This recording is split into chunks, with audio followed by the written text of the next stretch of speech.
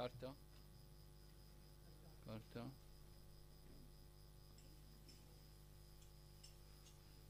Thank you, sir.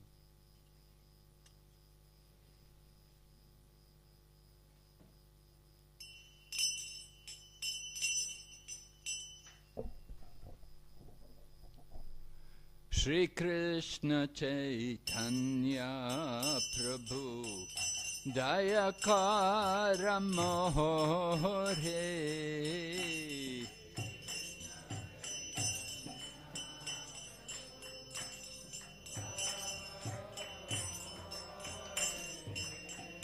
Shri Krishna Chaitanya Prabhu Dayakara Mohore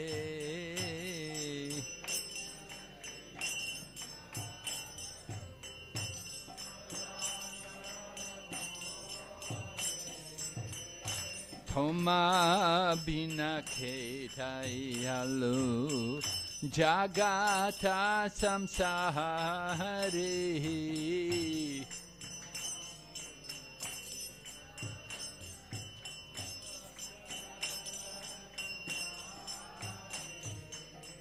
Thoma bina ketayalu Jagata samsari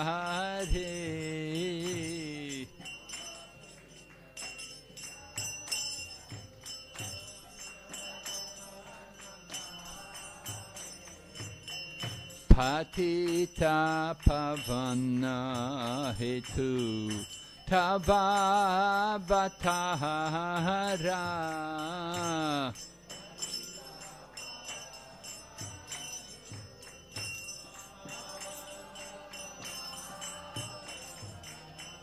Patita pavana hetu tavavatara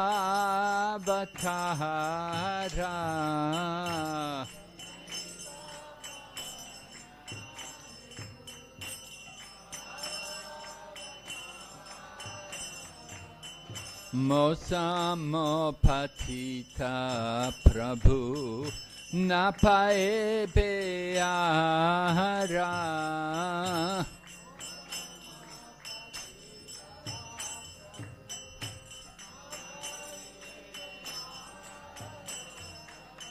Mosamo patita prabhu napae beara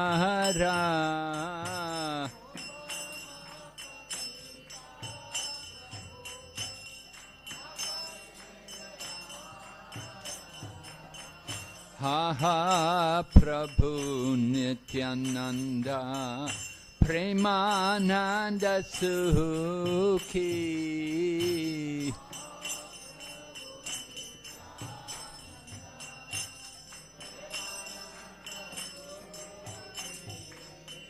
Ha ha Prabhu Nityananda Premananda Sukhi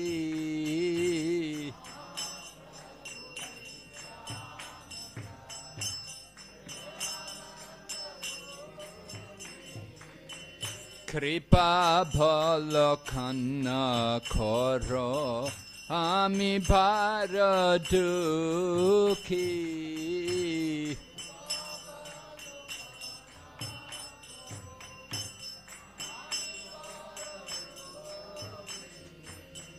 Kripa bhalakana koro ami bharadukhi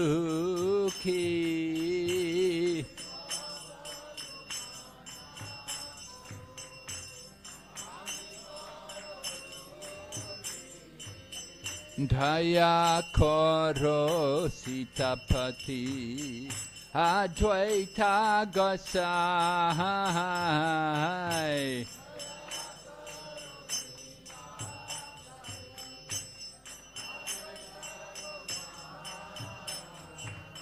Dhaya koro sitapati Advaita Gosai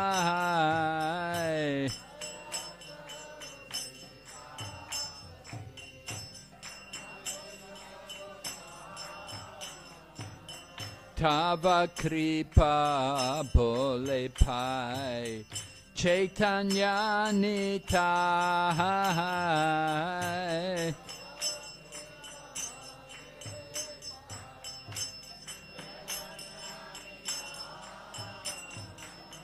Tava kripa bole pai Chaitanya nitai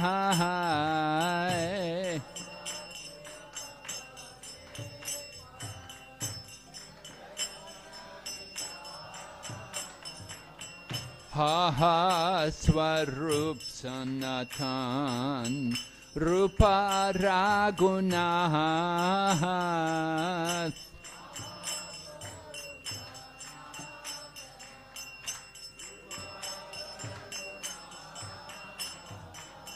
Ha ha Swarup Sanatan Rupa Raghunath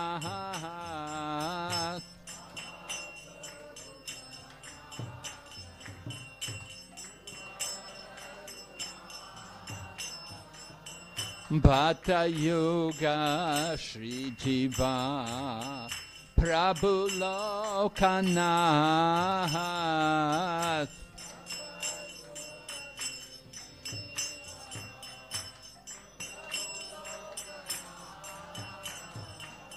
Bhata Yoga Shri Jiva Prabhu Lokanath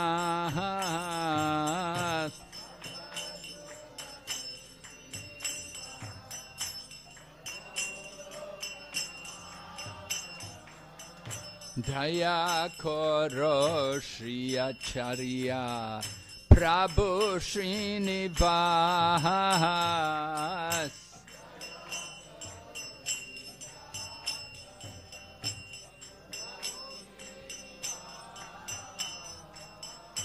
Daya Koro Shri Acharya Prabhu Srinivas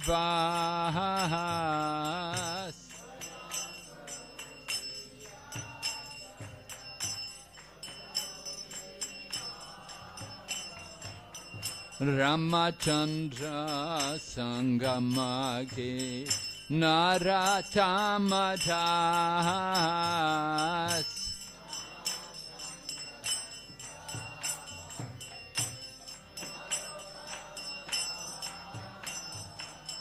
Ramachandra Sangamage Naratamadas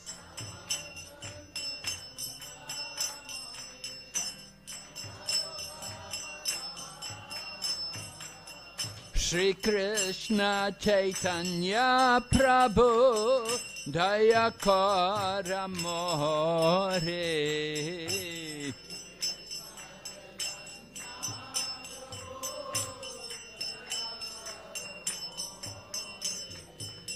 Shri Krishna Chaitanya Prabhu Dayakara More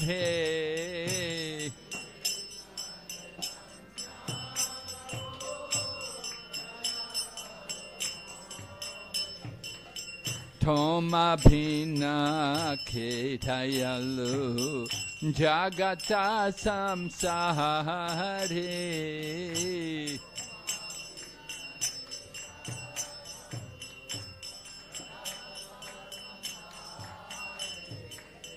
Toma Bhina Ketayalu Jagata Samsahare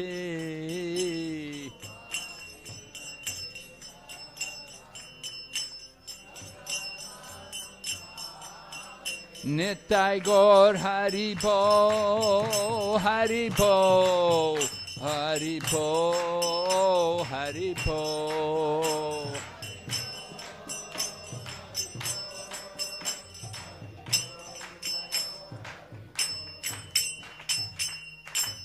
Nitai Gaur Premanande. Om Namo Bhagavate Vasudevaya.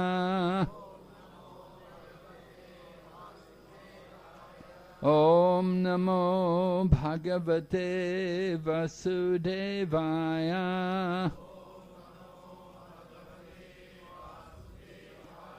Om Namo Bhagavate Vasudevaya.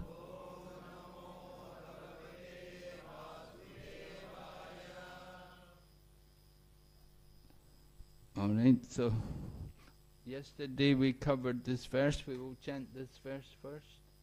Vipada Shantata Shasvat Tatra Tatra Jagadgaro Bhavato Darshanam Yachat Apunar Bhavadarshanam.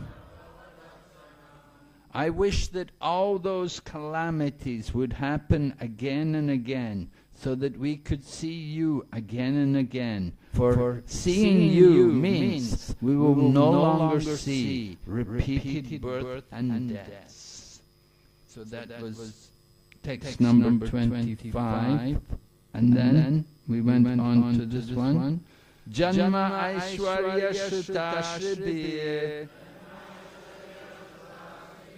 Edamana Madapuman Naivarhati Apidatum Vai Tuamakinchana Gocharam. My Lord, your Lordship can easily be approached, but only by those who are materially exhausted.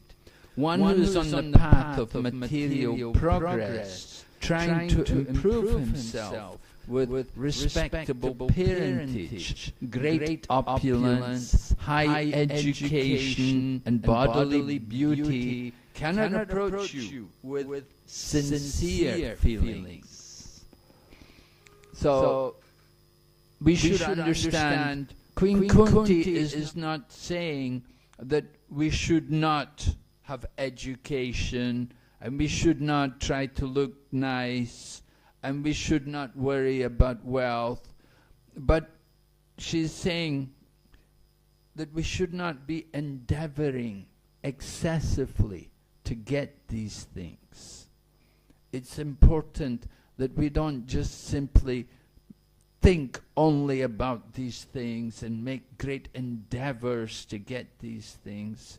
But if they come by honest endeavor and in the course of time, then it's all right. Yes, we can use these things. It's a blessing from the Lord. If you're good looking, if you're born in a good family, if you're wealthy, these things are the grace of God from your past life. But we shouldn't worry about it if we don't have these things. And just because we have these things, we should not become proud of having these things. We shouldn't be intoxicated, right? We spoke about that yesterday.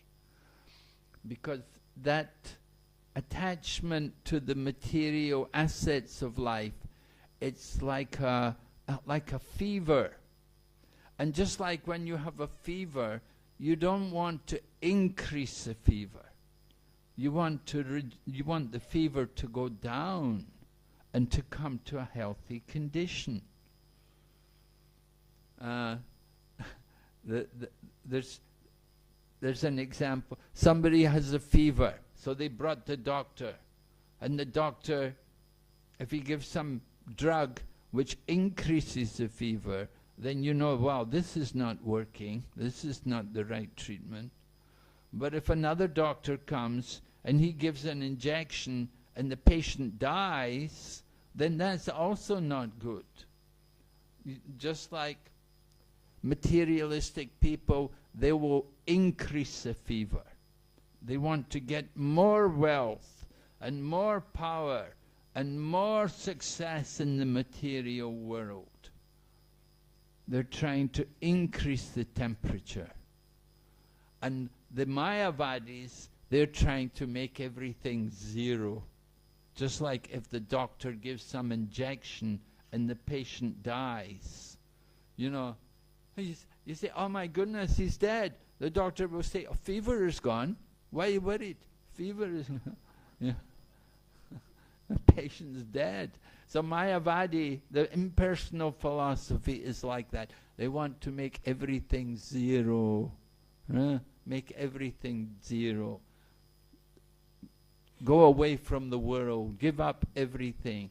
That is not our Krishna conscious philosophy. But rather, whatever we have, whatever assets we have, somebody has some wealth, somebody has some good education, good looks, whatever, you can use these things in the service of Lord Krishna. Use everything in the service of Krishna.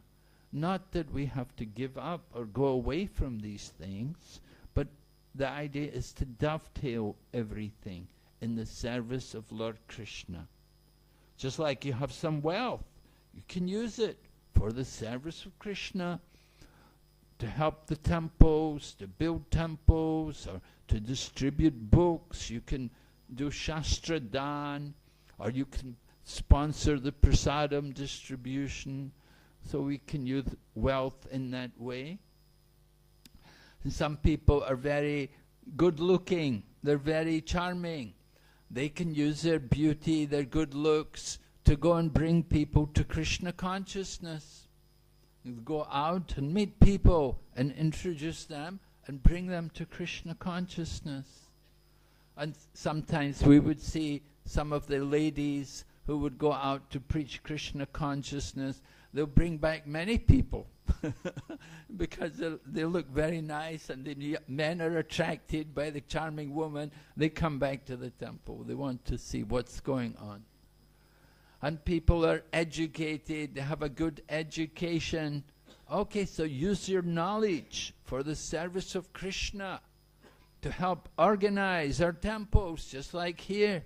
There's many devotees, many intelligent devotees are combining their intelligence how to organize the programs here at the center so that everyone can get an opportunity to do service for the lordships. Very nice. It's very impressive to know how they change the management every few years, and everybody's arranged, it's all arranged, different people, they get an opportunity to come and lead the kirtan, or to offer the arti, or to help in the cooking, and some people help with the accounting. So all of this takes a lot of organization. So people use their intelligence how to do all of these things. So there's nothing wrong in that. And Prabhupada was not against us using technology. He expected that we would use technology in the service of Krishna. And you can see how the devotees are using technology. We have so many websites. We have so much on the mobile networks which we're doing for the propagation of Krishna consciousness.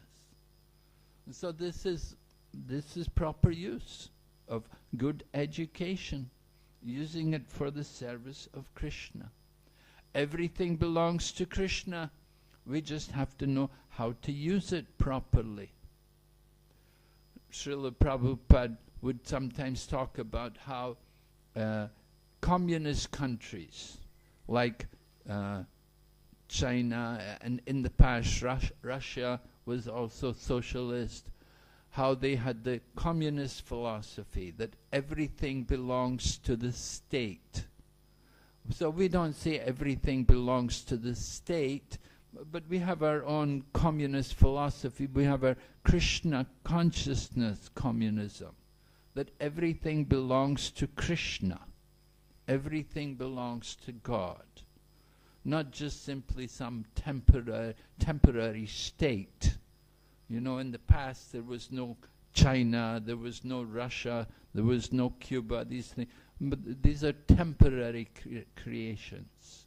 But God, the Supreme Lord, He's always there, and everything belongs to Him. So we recognize everything is His. It's meant for His service. Prabhupada gave the example. He said the common people are easily tricked. The communists would come to the people and they'd say, Oh, go and pray, go to your temple, go to your church and pray to God. Ask Him to give you bread. They would say like that to the people. And the people would go to church and they'd pray, oh God, give us our daily bread. Please give us some bread. And then they would come out from the church and the communist people would say, well, did God give you any bread? And they would say, no. And they said, now ask us. And they would say, oh my dear communists, can you give us bread? And the communists would say, yes, just wait, we'll call, bring the vans, send the vans. And they brought the vans and they gave everybody bread. And they said, you see, we communists, we're greater than your God. You see, so in this way the people gave up their faith in God and they became followers of communism. But those people who were a little more intelligent, they would say to the communists, who gave you the bread? Where did you get the bread from? Who gave you the wheat? Who gave you the rain to grow the grain? Who gave you the fire to make the bread? Like that, you could question them. Where you got everything from? You have simply stolen what was the property of God, and you're claiming it as your own.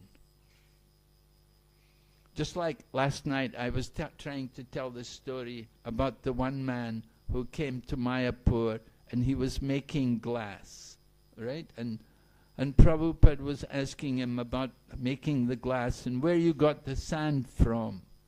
And so then the man was saying, well, it's my sand, I have land and everything. And Prabhupada was insisting, yeah, but whose sand is it? And then finally the man understood Srila Prabhupada's point, that Srila Prabhupada was making the point that everything belongs to God. And so then Prabhupada said, yes, everything belongs to God, but you're taking the sand. And so then a devotee said, he's a thief, Prabhupada.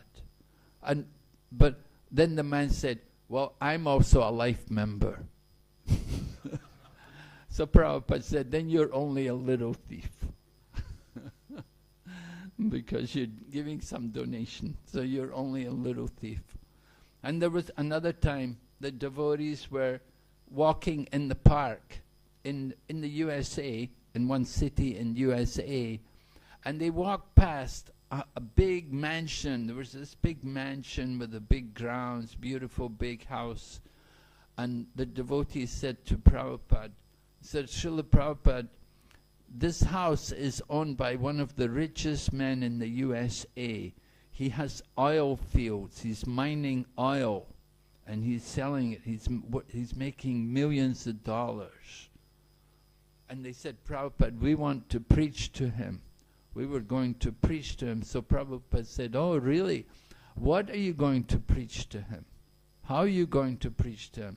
And one devotee said, oh, we will tell him he's not the body. And Prabhupada said, do you think he will believe you? And another devotee said, we will tell him to surrender to Krishna. And Prabhupada said, oh, you think he's going to surrender to Krishna? He said, no. He said, you should tell him he is a thief. He has stolen the property of God. That oil he is taking from the earth is actually the property of the Supreme Lord. He is taking someone else's property, and he will be punished for stealing all that property. At the time of leaving the body, and maybe even before, he will suffer because he is taking another's property. We have to understand everything is the property of the Lord. We should use everything carefully in his service. So one who is not intoxicated, then they will use their wealth, their education, and whatever qualifications they may have, they will use them all in the service of the Supreme Lord. So this is the proper point to understand. Oh wait, let me just find this next verse. Okay, we're going to go on text number 10, the property of the impoverished, because Lord Krishna was talking about how he can be easily approached, but only by those who are materially exhausted. So now Queen Kunti is continuing in this theme. She's explaining about how Lord Krishna is actually the property of the impoverished. That those who've given up everything, who are not attached to anything, that Krishna becomes their property. Let's chant the verse first. Namo Kanchana Vitaya Nivrita Gunavrittaye Atmaramaya Santaya Kaivalya Pataye Namah. Queen Kunti says, my obeisances are unto you, meaning Lord Sri Krishna, who are the property of the materially impoverished. You have nothing to do with the actions and reactions of the material modes of nature. You are self-satisfied, and therefore you are the most gentle and are master of the monists. So Queen Kunti is continuing on this theme, how Lord Krishna appreciates those who are detached from the material assets of this world. They're not claiming anything as belonging to them. You know, in the material world, everyone has something. This is my home. This is my house. This is my family. This is my car, or this is my bicycle. Everyone has some kind of assets here in this world. But from time to time, people will give up something. Just like you may have a job, and you may give up one job to take a better job, right? If you get another offer, or if you know you can get in another company with better salary, or with better conditions, more suitable to your present job, you'll give up one job to take another job.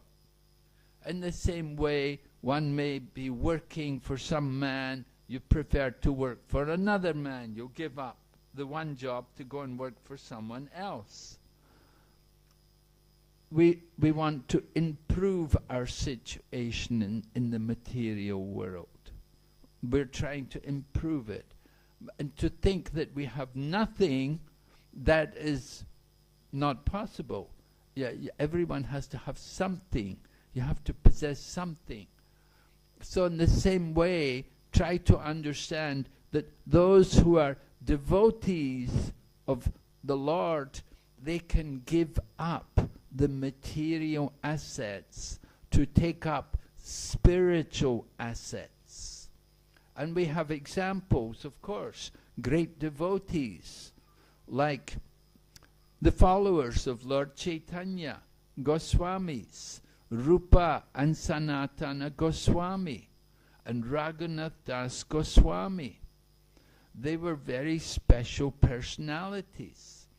Rupa and Sanatan were two brothers, and they were serving the Nawab Hussain Shah. Now, if you, of course, most of you have not been to Bengal, but if you go to Bengal, there's a place in Bengal called Ramakeli, and Ramakeli is the place where the Nawab had his headquarters 500 years ago. In the time of Lord Chaitanya Mahaprabhu, Bengal was ruled by the Nawab Hussain Shah. He was a very powerful man in history. Even today, many historians will come from the West, from America and from Europe. They will come there to Ramakeli just to see the ruins, because the ruins of the buildings which he had constructed are still there. And you can see even, it said one of the buildings, they said it was the jail where Sanatan was held a prisoner. Actually, tomorrow is the disappearance of Sanatana Goswami. But anyway, Sanatana Goswami and Rupa Goswami were both highly educated brahmanas. But they had to take up service under the Nawab Hussain Shah. And they had become Mohammedans.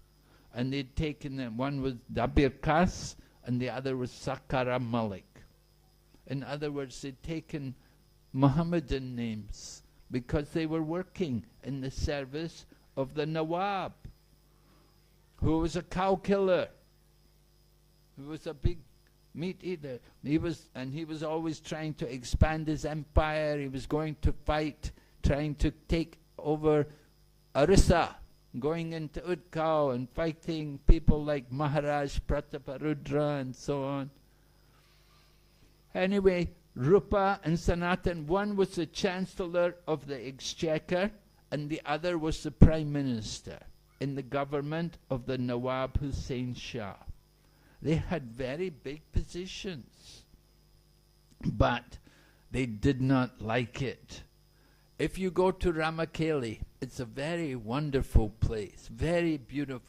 You know, Vrindavan has become so congested and so crowded and everything. It's not the way it used to be. You know, if you'd gone to Vrindavan 50 years ago, it was so beautiful, it was so peaceful.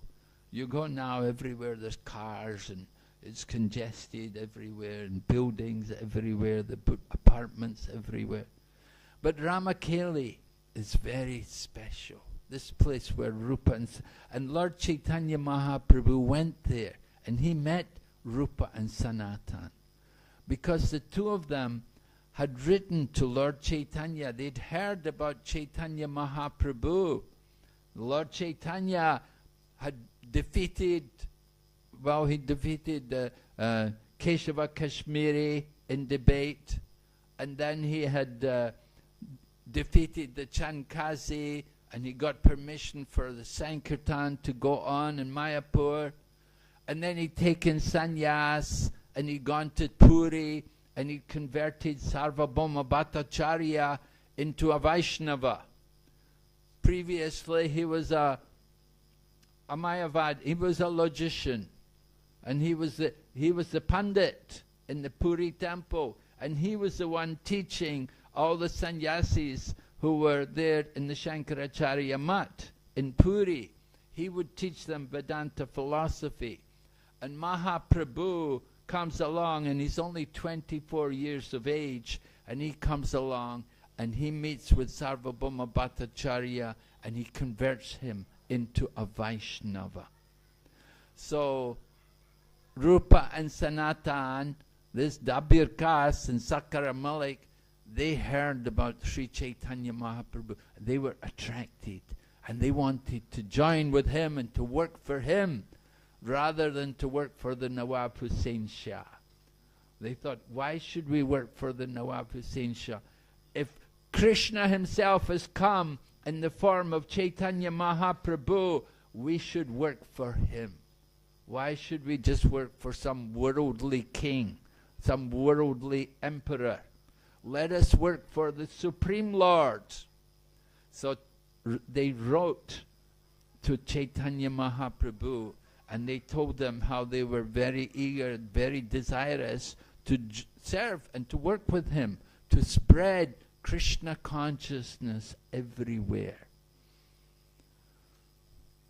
They understood Mahaprabhu was Krishna himself and that he was delivering the world. He was Patit Pavan. He'd come to save the fallen souls. And they knew they were very fallen. They were in a fallen condition. They were eager to save themselves. So Mahaprabhu went there to Ramakeli. He met with Rupa and Sanat, and he convinced them, give up everything and come. And they went. First of all, Rupa Goswami left, It said when Rupa Goswami retired, he had so much wealth, it could fill a boat. And he divided it in a very exemplary manner. Any of you who have a lot of wealth, you should divide it in this way, right? Half he gave for the service of the devotees, the Brahmanas and the Vaishnavas. 25% went for the family and relatives, and 25% he kept for emergency purposes. Sanatana Goswami, he was a little later in coming, and he got arrested by the Nawab Hussain Shah. The Nawab put him in prison because the Nawab didn't want him to resign. The Nawab wanted to keep him to run the government, because the Nawab was always fighting wars. He wanted Sanatana Goswami to stay there and take care of the kingdom and all the exchange, all the money. So anyways, he got put in prison, but Sanatan escaped. He told the jailer, he said, I want to go to Mecca. If you let me go, I will go to Mecca. It will be good for you. You will also. And then he knew that Rupa Goswami had kept 25% for emergencies. So he told the jailer, you can get that 25%. We'll give it to you. So the jailer agreed to let Sanatan go. So Rupa Goswami left, and he met Lord Chaitanya at Prayag, and Lord Chaitanya instructed him for 10 days at Prayag, at Dashashwamedha Ghat. And Sanatana Goswami, he met Lord Chaitanya at Banaras, Varanasi. And Lord Chaitanya instructed Sanatan for 2 months on the science of Krishna consciousness. And then he sent both of them to Vrindavan. He told them, Vrindavan is your Prabhu Datta Desh. Prabhu Datta Desh, the place given by your master. Lord Chaitanya Mahaprabhu sent them both. And he had to shave them up because they were Mohammedans. They had beards and everything, and changed their dress and put on Babaji clothes and sent them off to Vrindavan. They gave up everything, but they got much more. They gave up material thing to get spiritual, to get the real treasure which is there at the lotus feet of Lord Sri Krishna. They went to Vrindavan, they stayed in Vrindavan, they discovered the different places of Krishna's pastimes. They built temples. Rupa Goswami built Radha Govinda temple. Sanatana Goswami built Madan Mohan temple. And they wrote wonderful books which we're relishing today. And so they did so much more than they could ever do working for the Nawab. They were just working for the Nawab. It was just a mundane job. They were just earning some salary. But they gave it up to take up devotional service, to dedicate their life in the service of the Supreme Lord. And because they gave up everything, Krishna rewarded them. Krishna took care of them and provided everything they needed. Please take care of these small children.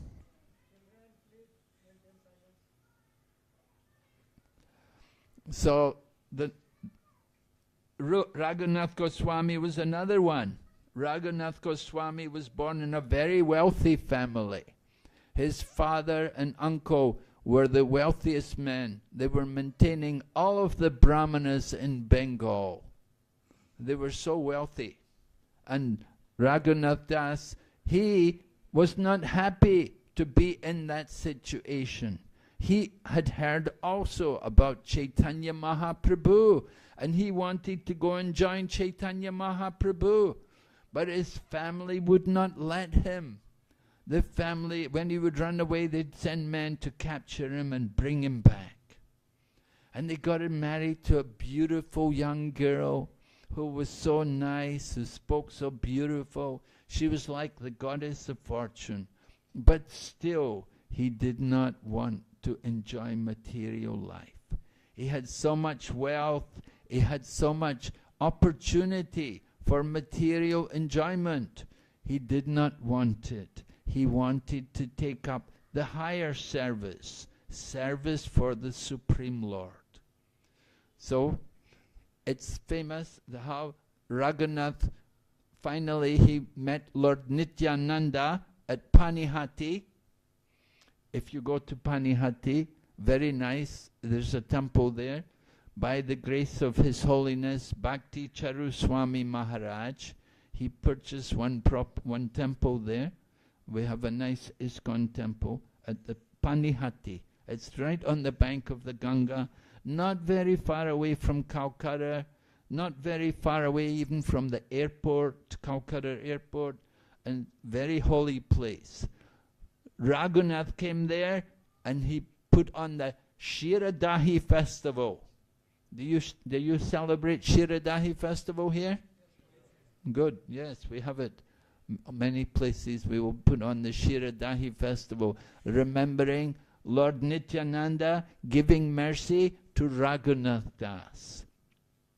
Previously, Raghunath Das had come to Chaitanya Mahaprabhu, and he told Lord Chaitanya, I want to go with you, I want to be with you.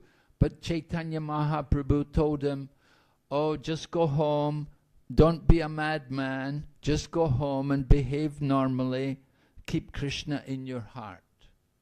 But later on, when he met Lord Nityananda, again he asked that, I want to get free from this materialistic life.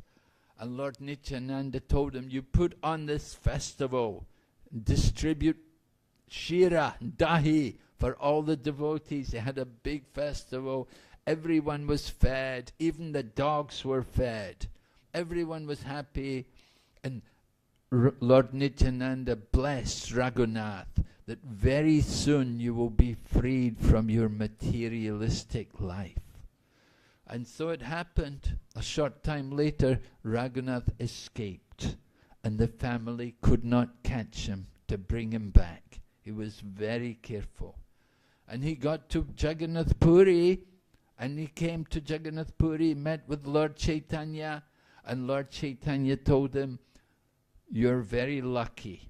He said, you were like an animal who'd fallen in a hole where people pass stool, and you were in that hole. Usually people fall into that hole, they never get out. You're very lucky. You've been freed from that situation. So Raghunath stayed in Jagannath Puri with Lord Chaitanya so long as Lord Chaitanya was manifest. And after Lord Chaitanya finished his pastimes and left this world, then Raghunath went to Vrindavan and he stayed with Rupa and Sanatan. And then Raghunath went to Radhakund and he stayed at Radhakund and he developed the kunds there. By the grace of Lord Krishna, Raghunath had left all the money. He did not bring any of his money with him, but Krishna provided. What happened? One man was going up to Badrinath with a lot of gold. He wanted to take it up to Badrinath for the people who are doing the puja and the seva there. But when he was going to Badrinath, he got a dream. And Lord Krishna came in his dream and told him, don't take the money to Badrinath. I want you to go to Radhakund and give the money to Raghunath. Raghunath needs the money. And so he went there, and he didn't know who was Raghunath. He had to ask people. They told him, Raghunath is there at Radhakund. He brought the money, Raghunath used it, and he developed those nice kunds which we know today, Radhakund and Shyamakund. So Krishna provides. You don't need anything. Prabhupada went to America. How much money did he take? 40 rupees, right? He sold a set of Bhagavatams on the boat. So Captain Pandya gave him how many dollars? $20 or something. He gave him, Prabhupada had brought books with him, Bhagavatam, because he printed the first canto The first canto was printed in India initially. And he had books on the boat, so he sold a set to the captain of the ship. That was the only money he had in America. Krishna took care of him. When we take risks on behalf of Krishna, then Krishna helps, Krishna reciprocates. If we're willing to try on behalf of Lord Krishna to do something for the service of Krishna, then Krishna will help. Krishna will provide for the devotees. And we see this Krishna consciousness movement was begun with no money. There was no money in the beginning. But Krishna provides. Just like in London, he sent that English musician, George Harrison, he purchased Bhaktivedanta Manor. And different things happened, like in Vrindavan, one lady donated the land for the temple. And so many different things happened. We had no money. There was no money. But somehow Krishna would provide. Because the devotees were surrendering to Krishna. They were risking everything for the service of Krishna. So Lord Krishna is saying here, that Queen Kunti is saying that she offers her obeisances to Lord Krishna because Lord Krishna becomes the property of the material impoverished. Those who give up their attachment to the wealth of the material world and surrender fully to Krishna, Krishna becomes their property. Krishna becomes controlled by them. Just the other day we were hearing the young lady was telling the pastime of Lord Jagannath. Right? Did you hear that? Do you remember that? She was telling about the Brahmana who thought, Krishna said, I carry what you lack, I preserve what you have. And the Brahmana thought, oh, Krishna couldn't do it. And he crossed out Krishna. And then the Brahmana went out for begging. And when he was out for begging, 2 boys came. And they brought big baskets of food. And they said, here, take it, this is for you. And you know, they had nothing at home. The Brahmana and his wife, they were very poor. They just lived by begging. Whatever he could beg every day. That was all they had. And so these 2 boys came. And one was very dark and one was white. And the dark boy had 3 big scratches on him. On his tongue was scratched, the girl was saying. I'd never heard that before. Anyway, she said like that, the tongue was scratched. And they said, we want to go quick before your husband comes because he may beat us again. And so they left everything. And when the husband came back, he was telling his wife, I could not get anything. I was not able to get anything. Nobody gave me any donations. And the wife said, what do you mean? Come on, there's so much here. And the husband was surprised. Where did it all come from? He said, oh, these 2 boys brought everything. And the husband was surprised. And then they understood. Krishna himself had come. And the tongue was scratched because the husband had crossed out. He thought Krishna wouldn't do it. But Krishna personally came to show that he will maintain the devotees. He will take care. For those who meditate on my transcendental form and worship me with love, for them I carry what you lack and preserve what you have.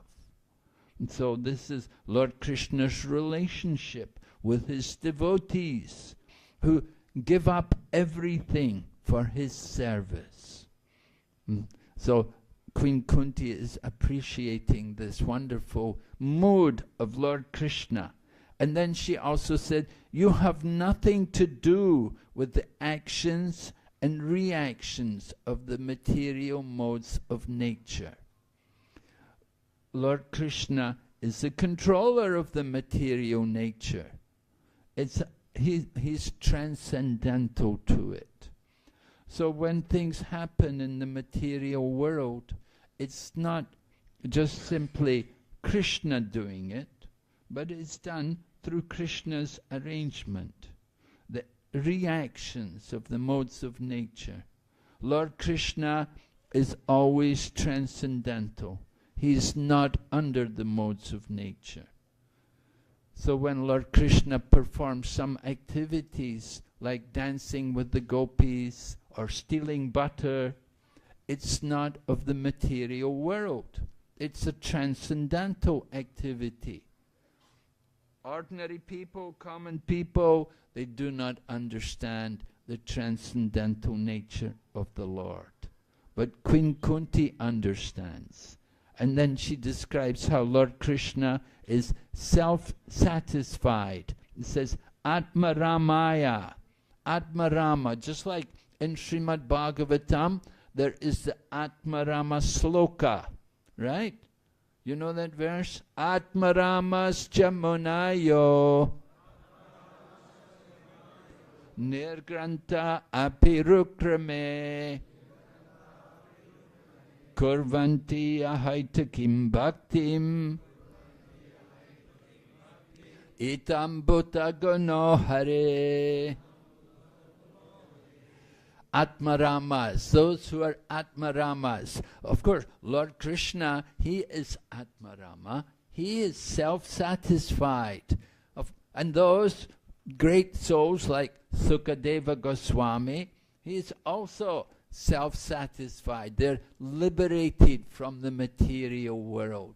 They have nothing they want from the material world.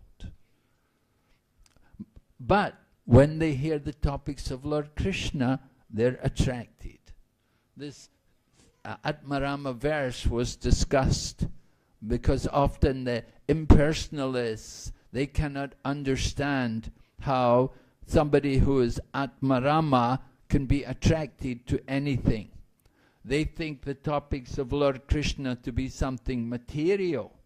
But those who are Atmarama, they are satisfied in the self. They have no material desire.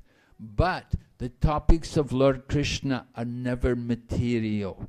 And those who are liberated souls, they will be attracted to hear the pastimes of Krishna. And that is why Sarvabhauma Bhattacharya, he asked Lord Chaitanya to explain that verse to him. And the Bhattacharya was a great scholar, but he asked Chaitanya Mahaprabhu, please explain this sloka to me. He couldn't understand. He tried to explain it, and he explained each word. Actually, it's the Sarvabhauma Bhattacharya. He is Brihaspati. He is the guru of the demigods. And he came in Chaitanya Lila as Sarvabhauma Bhattacharya.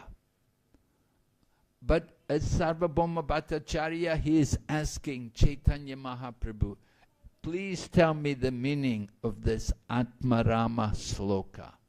And Lord Chaitanya said, you explain it first. So the Bhattacharya explained each and every word in the verse.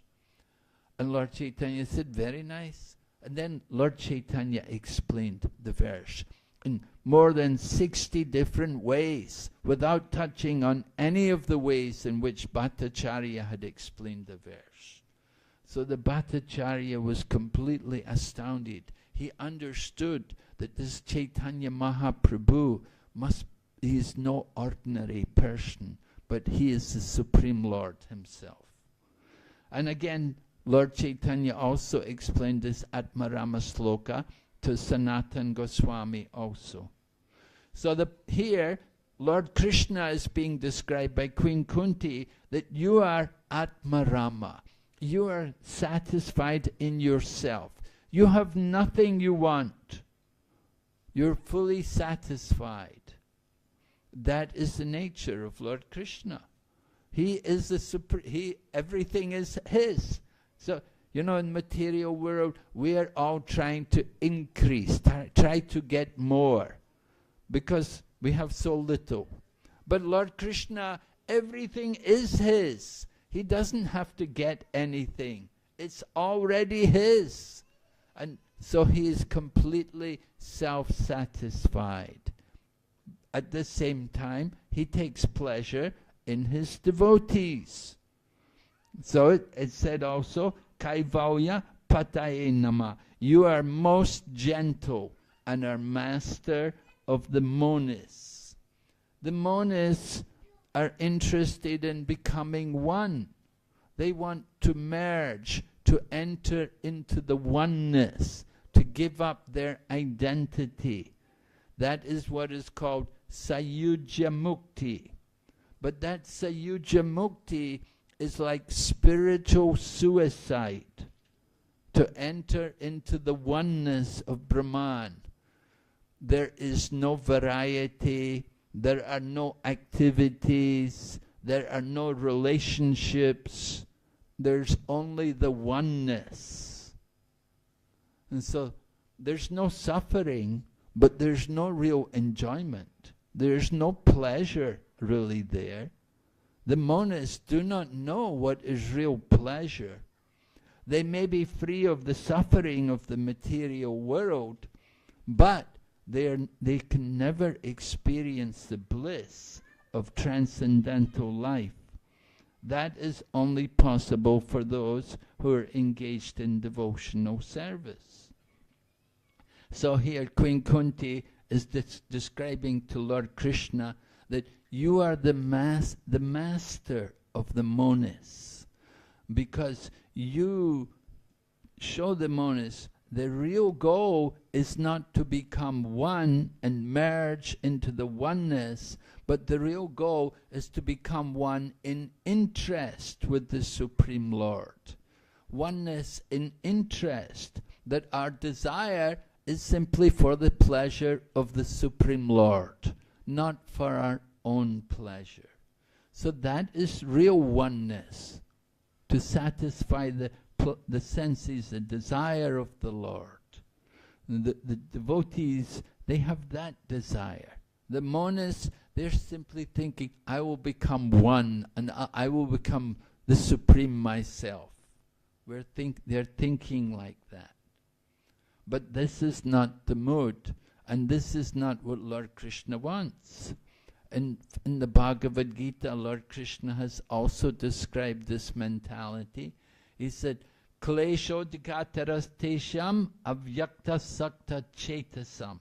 That for those who are attached to this unmanifested, impersonal feature, then it is very troublesome and very difficult. They cannot experience the real perfection of self-realization. So Queen Kunti describes Lord Krishna in these wonderful ways, that you are also Shantaya, you're gentle. The Lord is very kind to everyone. Even when he's killing the demons who are killed by Krishna, they're awarded with liberation. Everyone benefits from contact with Krishna. So everything which is in relationship with Krishna, that is spiritual. If we're thinking something is not in connection with Krishna, then that is illusion. That is the Maya. We have to see everything in relationship to Krishna. So this way Queen Kunti is giving us this wonderful description of Lord Krishna. All right, are there any questions tonight?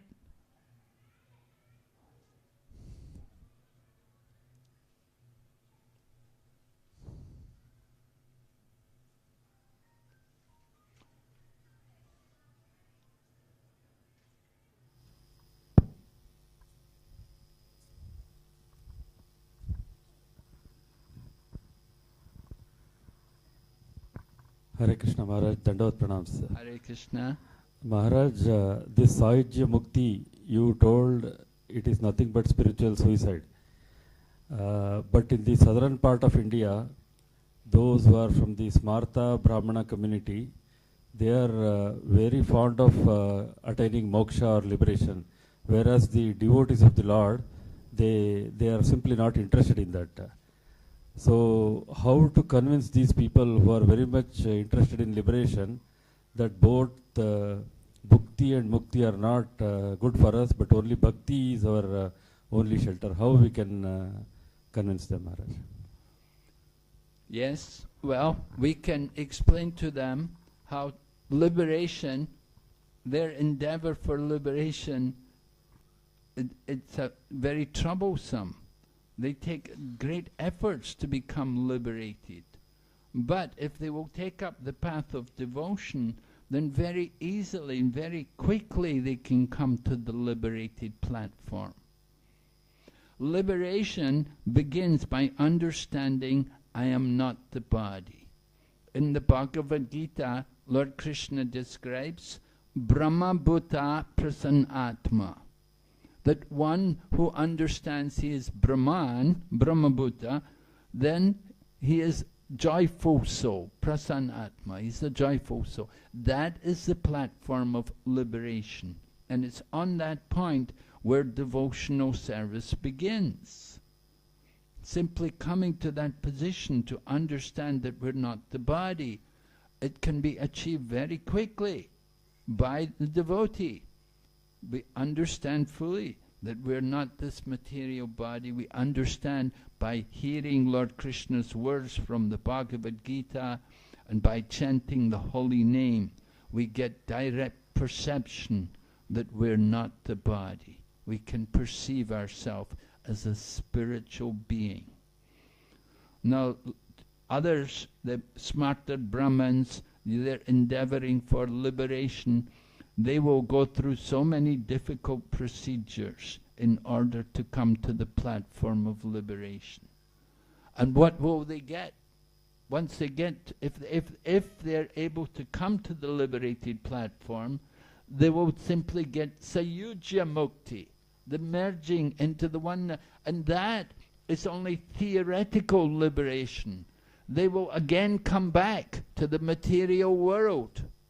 It's stated that Arora Kritshrena Parampatam Tada Patanti Ado Nadrita Yasmadangra, that they think they're liberated, but because of Avishuddha Buddhaya, their intelligence is not properly purified.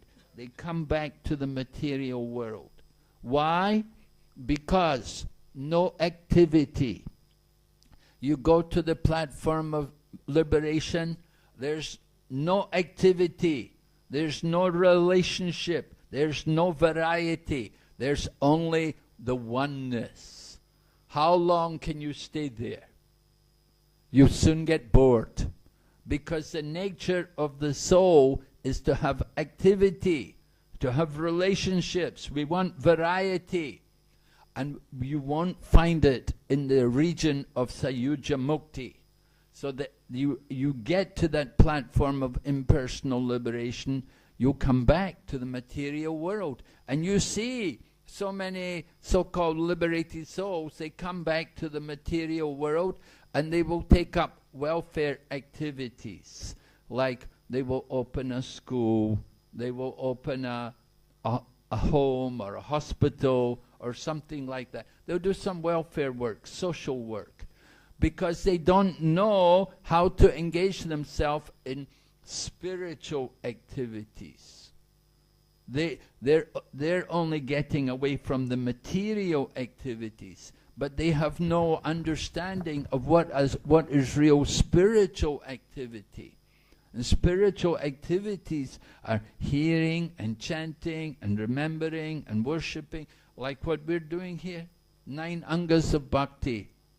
So the smarter Brahmins, they don't know that. Their process is simply to negate all the material actions, to get to the oneness, where there's nothing. Practically, there's only the Brahman, there's only that light, and there's nothing else. So they get bored. The soul goes there, will become bored, and will come back to the material world again. So we explain that to these impersonalists, and many of them, they will accept that. Yes? Maharaj, during my brother's daughter's engagement ceremony, it was in the month of Kartik, so we had set up a small kiosk of Damodar Bhagavan, And whoever was coming into the function, we would give them a lamp and ask them to offer arati to Damodar Bhagavan. And I was telling them, whoever offers a arati to Lord Damodar Bhagavan, a ghee lamp, during the month of Kartik, they will go back home, back to Godhead. So one of my relative, he was a Smartha Brahmana, he said, don't get fooled into this kind of argument. Liberation comes only by knowledge, not by any activity you can get liberation. Then I didn't want to argue with him.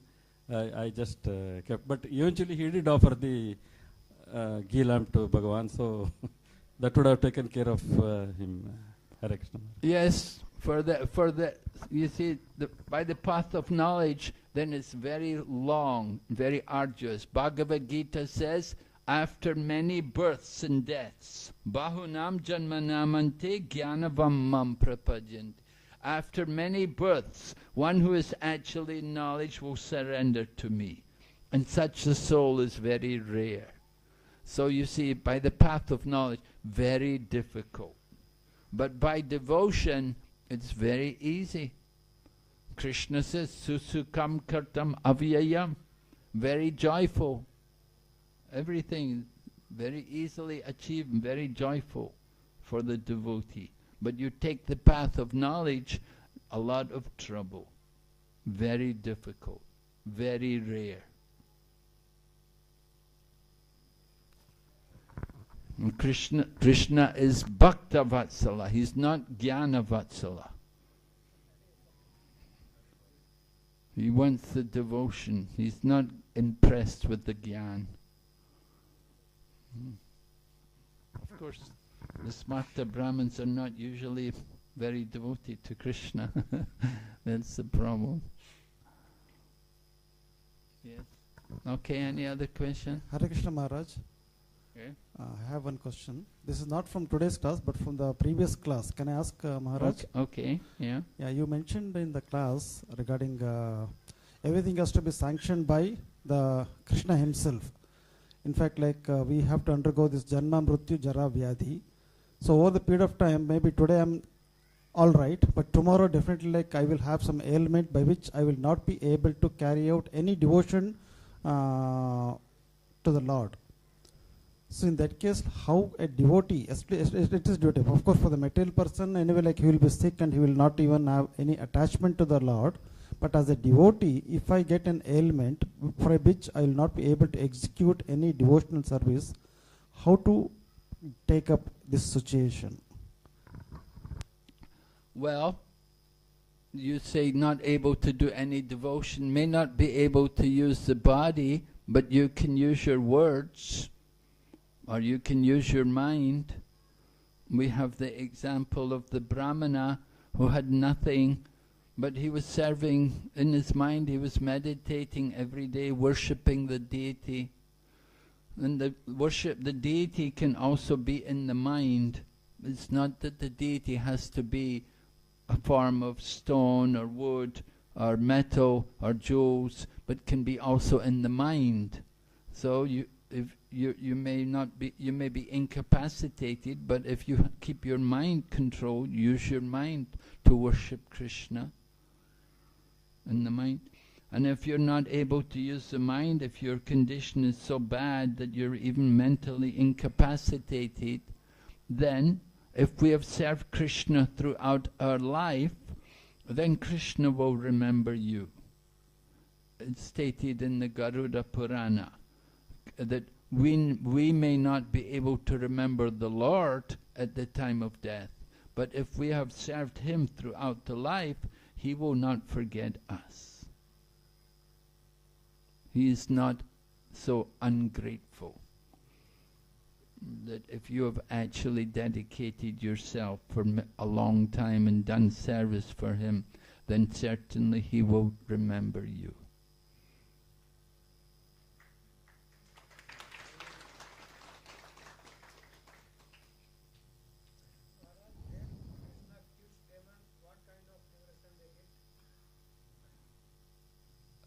Well, it varies, just like Putana. Putana was taken back to the spiritual world to become the maidservant, one of the nurses in Goloka Vrindavan. So Putana got special liberation, and then also Pundraka also got special. Pundraka had put 2 arms on, and he was imitating Vishnu. So he got Swarupya.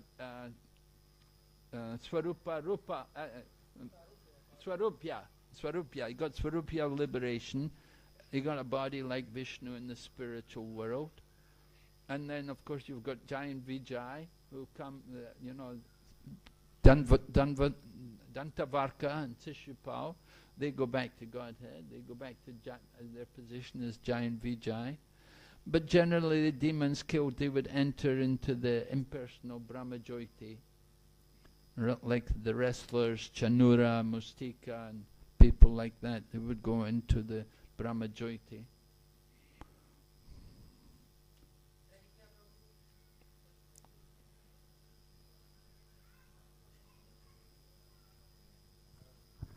Hare Krishna, Guruji. I just wanted to ask one personal question. Yeah.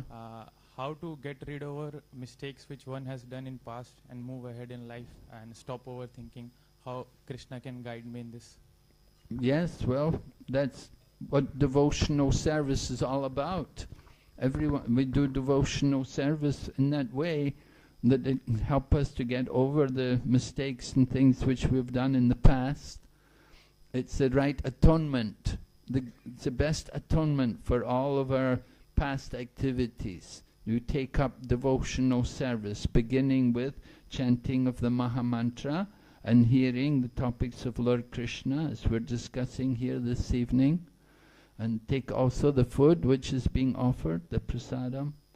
So this is the right way to atone for everything we've done in the past.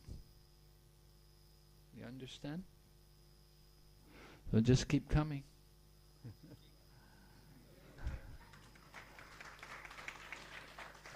Okay. Hare Krishna, Srila Prabhupada ki jai. His Holiness Bhakti Bigdha Vinasang Narsingh Swami Maharaj ki, Srila Prabhupada ki.